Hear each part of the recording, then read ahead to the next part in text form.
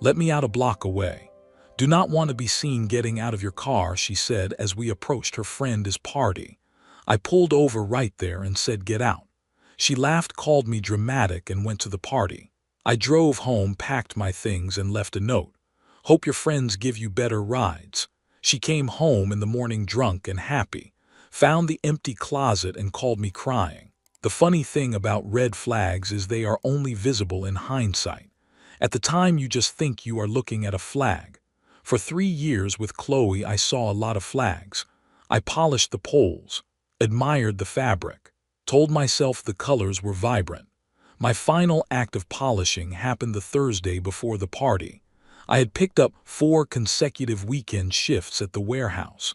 Backbreaking, monotonous work that paid time and a half. The extra $1,000 was not for a new gaming console or a trip. It was to cover Chloe's half of the rent for 2 months while she networked and figured out her influencer dream. I did not mind. That is what you do. You build a runway for the person you love to take off.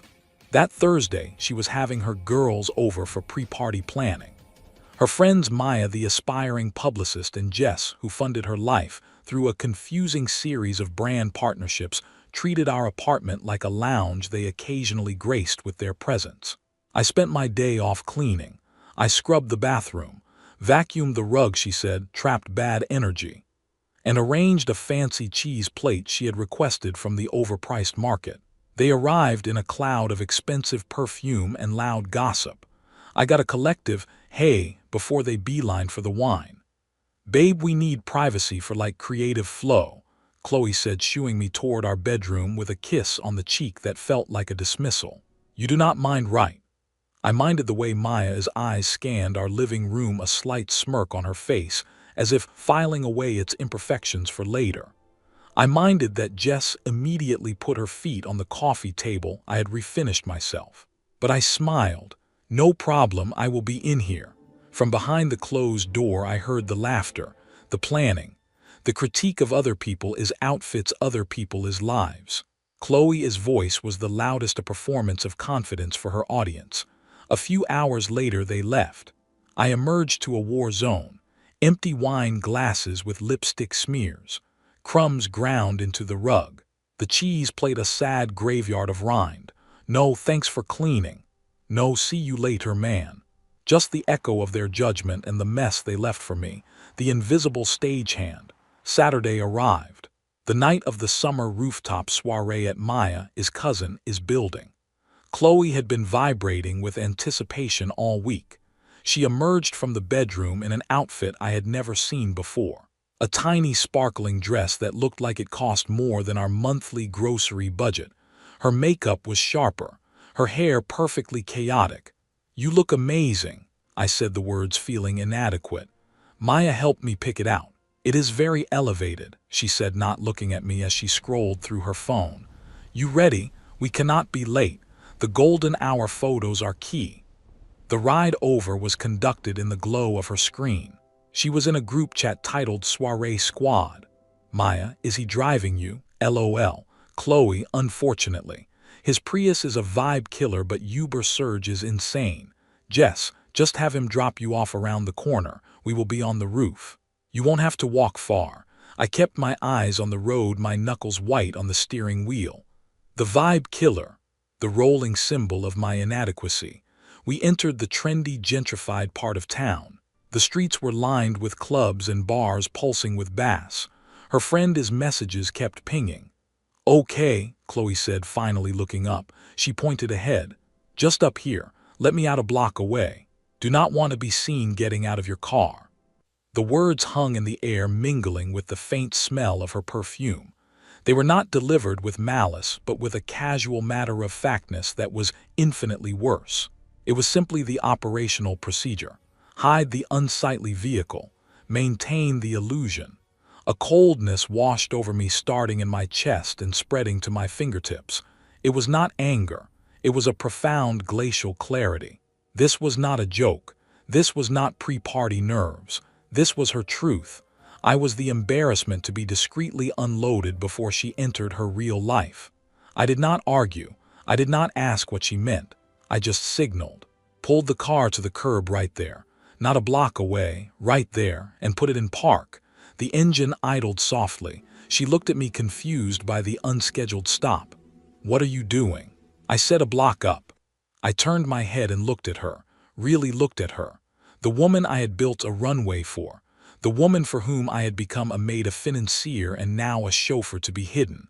I felt nothing but that clean, sharp cold. "Get out," I said. My voice was flat, calm, final. She blinked. Then she laughed. It was a short, brittle sound meant to dismiss and diminish. "Oh my God, are you serious? Do not be so dramatic. It is not a big deal. It is just parking." She rolled her eyes, a practiced gesture. "I will get an Uber home later. Do not wait up." She popped the door handle, slid out, and slammed the door without a backward glance. I watched her in the rearview mirror, the sparkling dress catching the streetlights, as she hurried down the sidewalk, pulling out her phone, to announce her imminent, unencumbered arrival to the squad. I sat for a full minute, the cold inside me hardening into a diamond of resolve. Then I shifted the car into drive, merged into the traffic, and pointed the vibe killer toward home. The silence was no longer empty. It was full of a single decisive thought. I am done. The drive home was conducted in perfect silence. Not the tense, waiting for a fight silence we had sometimes, but a deep, ringing quiet. The city lights blurred past the windows of my vibe killer, which suddenly felt like the most honest, reliable thing in my life. It got 52 miles to the gallon. It never asked me to hide it. The cold clarity that had taken root in my chest expanded, freezing out any last traces of hurt or confusion. What was left was a simple algorithmic to-do list. I parked in my usual spot. Our apartment on the 3rd floor looked down on the lot. I sat for a moment watching the light in our living room window, the one I had left on for her. A habitual caring gesture from a man who no longer existed. I turned it off in my mind. Inside, the ghost of the pre-party still lingered. A wine glass by the sink, a smear of glitter on the hallway floor. I stepped over it. I went to the closet and pulled out my old gym duffel and the 2 large suitcases stored on the high shelf. I did not start with rage. I started with socks. I packed like a surgeon removing a foreign object. My things, only my things, the books on my nightstand, the framed photo of my parents and me at the lake. A weekend trip she called quaint. My toolbox, because I was the one who fixed things. I left the fancy espresso maker she had wanted but never learned to use. I took the chipped ceramic mug my little brother made me in 7th grade. The closet was the starkest division. My side, simple t-shirts, jeans, a couple of button-downs. Her side, an explosion of fabrics, colors, tags she often left on for the aesthetic. I emptied my side into a suitcase. The empty rod on my half looked like a missing tooth. I left every hanger. I did not throw her things. I did not write an angry screed. The emotion had been burned away, leaving only purpose. In the bathroom, I scooped my razor, my deodorant, the cheap shampoo I liked into a bag. I left the basket overflowing with her serums, masks, and exfoliants. The apartment began to echo. The final item was the note. I stood at the kitchen counter, the same spot where I had packed her cheese plate. A single sheet of printer paper, a pen. What do you say to someone who found you an embarrassment? You state the consequence, not the pain. I wrote 5 words. They were not clever or particularly cutting. They were just the factual, logistical follow-up to her request. Hope your friends give you better rides. I did not sign it. My name would have been a concession, a connection. I placed it squarely on the kitchen island where she would see it when she came in for water. I did one last walk through the living room where I had listened to her laugh behind a closed door. The bedroom now half empty. It did not feel like leaving home. It felt like exiting a museum exhibit about a life I had mistakenly thought was mine. I loaded the Prius. It sat lower on its suspension. The vibe killer was now the freedom vehicle. I took my key off the ring, leaving only my car key. I locked the door from the inside, pulled it shut, and slid my key under the doormat. A part of me, the old part, whispered that this was extreme, that we should talk. I silenced it. She had been clear. The block-away drop-off was the talk. This was the answer. If you think I was right to pack up and leave without a fight, hit the subscribe button. We talk about self-respect and boundaries here on Story Sparks. I drove to a 24-hour diner on the other side of the city. I ordered a coffee I did not drink and found a furnished sublet online from a guy on a 6-month work assignment. It was overpriced and bland, but it was available immediately and required no lease. I sent a deposit from the rent help fund I had created for her. The irony was crisp and satisfying. By 3 a.m., I was in a beige box of an apartment with my suitcases lined against the wall. I put my chipped mug on the counter. I texted my warehouse foreman that I was available for any extra shifts starting now. Then I powered off my phone. The silence in the new place was not empty. It was full of potential. I slept a deep, dreamless sleep for the first time in months. My phone, when I turned it on at 7 a.m., was a testament to the arc of her night. 1:47 a.m. A text, "Hey, still up, party was lit. Maya's cousin knows someone who works at Vogue, tell you later." A photo followed, her and her friends' faces flushed. Rooftop lights in the background, she looked triumphant. I felt nothing. I swiped it away. 3:22 a.m. a missed call. No voicemail. 6:15 a.m. the voicemail notification blinked.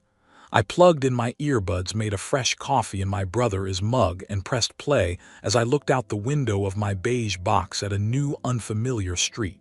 Her voice was a journey. It started blurred, happy, slightly annoyed. "Hey babe, just got home. Uber was like $80. Can you believe that? Crazy." A pause, the sound of keys fumbling. "Where are you?" "Out getting breakfast." "You are sweet." The audio bumped and rustled. Then a new tone, a sliver of confusion seeping through the alcohol. "Hello, why is your side of the closet is empty?" The rustling got faster, drawers opening. "What the? Your drawers are empty. Your toolbox is gone. This is not funny." Her voice tightened, the happiness evaporating. The next words were sharp, panicked. "Where are you? Call me back right now. This is not funny, James." A choked sound, a sob. Raw and startled. "Please." The message ended. I deleted it. I went into my settings and blocked her number. The action felt clean, like applying a bandage to a wound that had already scarred over. The silence lasted for about 20 minutes. Then my phone rang with a local number I did not recognize. I knew. I let it go to voicemail. 2 minutes later it rang again. Same number. The third time I answered. I said nothing. "James." Finally, her voice was a ragged wire stripped of its usual performative cool. "What the hell is going on? Where are you? I am standing in the middle of the apartment and all your stuff is gone." "I am gone," I said, my voice flat. The note explained it. The note, that stupid petty note, "Hope your friends give you better rides." Are you kidding me? Because of last night, you are overreacting. I was just joking around. You were not joking. I kept my tone even. Factual, you were ashamed of my car and by extension of me. You stated a preference. I am respecting it. "It was a joke," she screamed, the sound cracking. I could hear her pacing. "God, you are so sensitive. You know how Maya and Jess are. I was just playing along." "You were not playing along in the group chat," I said calmly. I had not seen it, but I knew the logic was inevitable. "You were leading the charge." The vibe killer, right? A dead silence on her end. I guessed correctly. The confirmation was colder than any anger. "So that is it," she whispered, her voice crumbling. 3 years and you just run away in the night over a stupid comment. You are a coward. A real man would have talked to me. The insult bounced off the glacial front inside me. This is what psychologists call devaluation, when a partner minimizes your worth to justify their own bad behavior. A real man does not beg for basic respect from his girlfriend Chloe. He just stops providing it when it is clear it is not reciprocated. Get an Uber from your friends next time. Do not call this number again. I ended the call. I blocked that number too. I sat back, sipped my coffee, and opened a job search website on my laptop. The din of her unraveling was a distant sound like traffic from another street. It had nothing to do with me anymore. My runway was clear, and for the first time it was pointed toward a horizon of my own choosing. The blocks created a dam, and the desperation built up behind it, finding cracks in other surfaces. It started with emails. The first 2 days after the final call was titled, "I am sorry, James. I have read your note 100 times. It is not funny anymore. I get it. I was awful. It was a shallow, stupid thing to say, and I did not mean it. I was trying to impress people who aren't even worth it. Maya and Jess have been asking me what happened, and I am so humiliated. Please just come home. We can talk. I love you, Chloe." I archived it. Not deleted, archived. A curator preserving an artifact of a bygone era. A week later, a second email arrived. The subject line was just a crying emoji. "James, I cannot do this. The apartment is so empty. I cannot afford it on my own. The landlord said if I cannot find a replacement for your half of the lease by the end of the month, I will have to break it and pay a huge fee. I do not have that. My friend said I can crash for a few days, but it is awkward. Maya's cousin made a joke about ditching the chauffeur. It is not fair. You are really going to make me lose our home over one comment after 3 years. This is cruel. Please call me Chloe." The shift was clear, from apology to accusation. This is called blame shifting, trying to make me responsible for the consequences of her own actions. My response, or lack thereof, was now the source of her problems. I archived this one too. The social media attempt was more creative. A follow request on Instagram from an account named Sunset Serenity 22 with a blurry picture of a beach. I declined and blocked it. An hour later, a DM slipped through from a different account. This one blank. "Running away is what cowards do. A real man would have stayed and fought for us." I did not even bother reading the whole thing before blocking. The true measure of her downfall came through the final voicemail left on a Saturday morning from yet another new number. I saved this one. It was a masterpiece of unraveling. Her voice was stripped raw husky from crying. The performance was completely gone. "They are not my friends." A shaky breath. "Maya said I am bad energy now, that I am bringing down the vibe because I am sad all the time. Jess asked me to pay her back for the Uber that night, and for the drinks, said I was acting like a charity case." A wet, ragged sob. "They were never my real friends. You were. You were the only real thing I had, and I was such an idiot. I traded you for glitter and roof access." There was a long pause. I could hear traffic in the background. She wasn't at home. I tried to see someone else to move on. This guy from the party. He seemed so cool. He used me for a night and ghosted me, told his friends I was clingy. Her voice dropped to a whisper, utterly broken. "I am living out of a suitcase at my sister is. She is mad at me too. I have no money. I have no one. I see your empty closet in my head every night. Please, I will do anything. I will sell the dress. I will never see them again. I will get a normal job. Just please. I am so alone. I do not know who I am without you." The message clicked off. I listened to it once. I felt no pity, no schadenfreude. Just a distant clinical recognition that every consequence she described was a direct logical outcome of her own choices. She had chosen a facade over substance, and now she was left holding the empty, glittery mask. I did not archive it. I hit delete. The sound of her destruction was not a record I needed to keep. 6 months is a long time in a life you are actually building. The beige sublet was gone.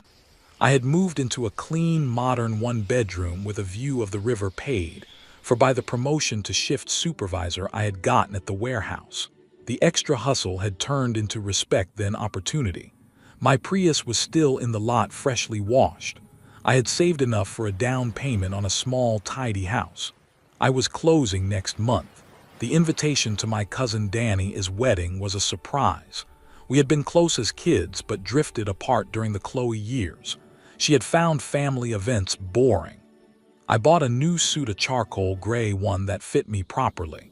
The wedding was at a botanical garden. It was full of genuine laughter and warm light, a world away from rooftop soirees. I was at the bar waiting for a gin and tonic, feeling a quiet, settled happiness. I had been talking with Danny's friends, people who asked about my job, and listened to the answers. That is when I saw her. She was at the edge of the reception near the restrooms, looking washed out and uncertain in a dress that was trying too hard. She was with Maya, who was scanning the crowd with a predatory focus. They must have been guests of a guest plus ones clinging to the periphery. Chloe's eyes swept the room and locked onto me. I saw the journey on her face. Shock first, then a flicker of the old practiced hope. The look she had used when she wanted something. It melted into a stunned realization as she took in the suit. My posture, the easy way I was standing alone at the bar, completely at peace. Finally, a raw, naked devastation. She whispered something to Maya, who glanced at me, smirked, and promptly walked away, leaving Chloe alone. She hovered for 10 minutes, gathering courage. I collected my drink and found a quiet spot near a bubbling stone fountain. She approached like someone walking onto thin ice. "Hi, James," I turned. "Chloe, hello." My voice was the same as when I greeted the caterer earlier. Polite. Detached. "You look really good." She was wringing her hands, a nervous habit she had never had before. "Thank you. It is a nice wedding." A painful silence. The sounds of joy from the dance floor mocked it. "I got your note," she said as if it had just arrived. "I know. I am in therapy now," she blurted out. Her eyes were wide, pleading. "What I did, what I said, it was awful. I am dealing with a lot of my own insecurities.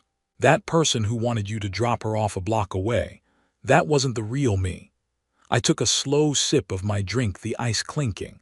I looked at her, not through her, for the first time since that night. I saw the fragility, the regret, the exhausting effort to rebuild a shattered self-image, and I felt absolutely nothing. "I know," I said again, my tone final.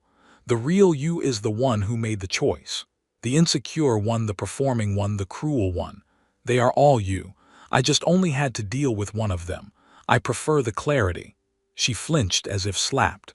The tears started, but they were no longer weapons that could reach me. Can we ever just have coffee, talk? I need closure. This is killing me." At that moment, Lisa, a woman I had been seeing for a few months, found me. She was a landscape architect, smart, kind. With a laugh that did not sound like a performance, she slipped her hand into mine, her touch warm and sure. "There you are. They are about to do the bouquet toss. It is a whole thing." She noticed Chloe. "Oh, hi," she said, smiling warmly. Chloe stared at our joined hands, her face completely emptied. It was the final silent confirmation of a world that had moved on without her. I looked from Lisa's smiling face back to Chloe's shattered one. I gave Lisa's hand a gentle squeeze. "There is nothing to close, Chloe," I said, my voice quiet but absolute in its certainty. "My life is full. I genuinely hope you find peace, but you will need to find it somewhere else." I turned to Lisa, my entire focus shifting. "A bouquet toss. Lead the way." We walked back toward the lights and the music. I did not look back. I knew she was still standing by the fountain, a statue of her own regrets. But her shadow no longer fell on my path. The road ahead was clear, bright, and entirely my own. Thanks for watching.